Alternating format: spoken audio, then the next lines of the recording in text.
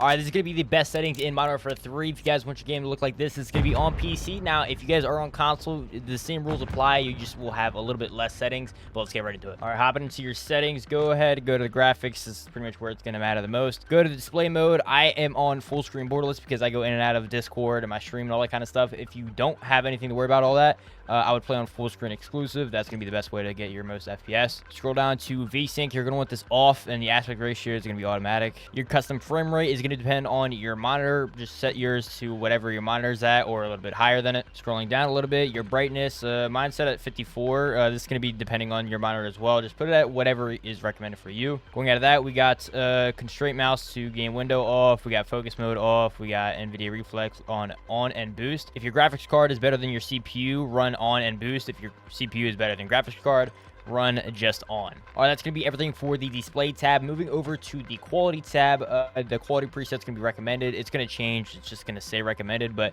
make sure your render resolution is at 100. Your dynamic resolution is going to be off, and then this is a big one right here, the upscaling and sharpening. Make sure to turn that to fidelity cast. You can see all the other options here, but just scroll down and click on fidelity cast. It's going to make your game much sharper and a lot easier to see people in the game. Anti-aliasing, I have the SMA T2X. The other one is the Filmic, but you're going to want to run the SMA. VRAM scale targeting, we got that at 90, and the variable rate shading, I have that off. For all the details and textures, most of you guys are going to want to run low because you guys don't have a super high-end PC. If I just move my camera over here, you see my PC it's the max is all the way over here, and I'm still all the way down here. Even with high on everything, my PC is just overpowered. So all these ones that are saying high, just pretty much turn them on low. Make sure your depth of field is off. Detail, low. Particles, low. Bullet impacts, make sure this is off. Persistent effects, make sure this is off as well. The shader quality, you can turn that to low. On-demand texture streaming, make sure this one's off. Local texture streaming quality, turn that to low. Moving to shadow and lighting, these ones you can turn to either very low or low. Either one works. The screen space shadows, I have this on high just because it's good for thumbnails and stuff like that, but you guys can turn that right off. Ambient occlusion, make sure that one's off. The screen space reflections, make sure that one's off as well. Static reflections quality, make sure that's on low. Moving on to the environments, make sure all of these are either on minimum or off until you get to the water quality. Make sure that's on water caustic and wave wetness. That's going to be everything for the quality tab. Moving over to the view tab, we have 120 FOV. You can run whatever you want, but I also run affected. It makes you zoom in when you're actually aiming in. For me, it's easier to shoot that way. Make sure your weapon field of view is on wide. It helps out. The vehicle field of view doesn't really matter, but I have it on wide as well. Moving on to the camera, the world motion blur, make sure that's off. You don't want weapon blur or world motion blur, both those, turn those off. Film grain all the way down. The first person camera movement, turn that to least 50%. Spectator camera doesn't really matter. I have on game perspective, and inverting flashbangs is not very good, so I would turn it off. But if you want to try it out, go ahead. And that's going to be everything for the graphics tab. Now moving over to the audio. The audio mix we have on headphones right now, master volume 100%. If you go down here, dialogue volume I have at 30, voice chat volume 80, cinematic music volume all the way down, game music volume all the way down. Most of this stuff doesn't really matter too much. It's just like some default stuff, but going all the way down to mono audio, make sure that one's off.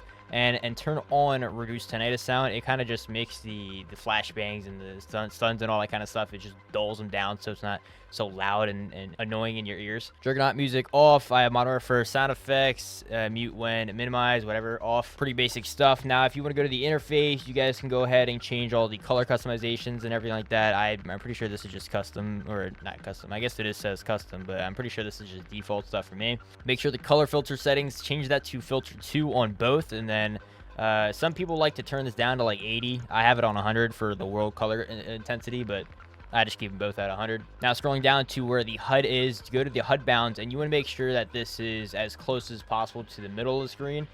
That way you guys can look at the minimap and all that kind of stuff. You don't have to look as far up or away from the screen. You can still kind of centralize your eyeballs to the middle of the screen. The minimap shape I have on square, minimap rotation on, horizontal compass. You guys can turn this off. I have it off as well.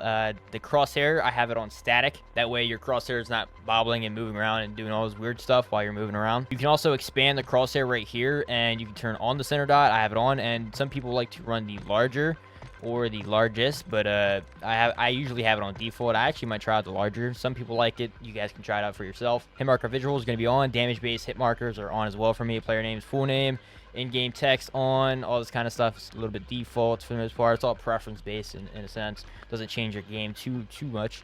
But going down to the menu, we have this off. The hide setting details, gameplay tips on. You can change that. Skip introduce introduction, movies, tooltips, parallax effects, make sure that one's off. And then my menu prompts are automatic. Now your guys' game should look a little bit something like this. As you guys can see with the fidelity cast, it really does improve the visual quality of the game. You can see a lot of stuff more. Like just looking across this map, you can see everything's really like edged out and like very clear and kind of crispy a little bit. Now if you guys are getting cracked out on the beta, make sure you guys get yourself some G Fuel. When I'm on this stuff, I'm telling you, I'm dropping bombs. Now you guys can get 20 to 30% off by using my code schlayerr. Those links will be in the description, along with all of our other sponsors. And as always, boys, it's schlayerr, and I'm out. Peace.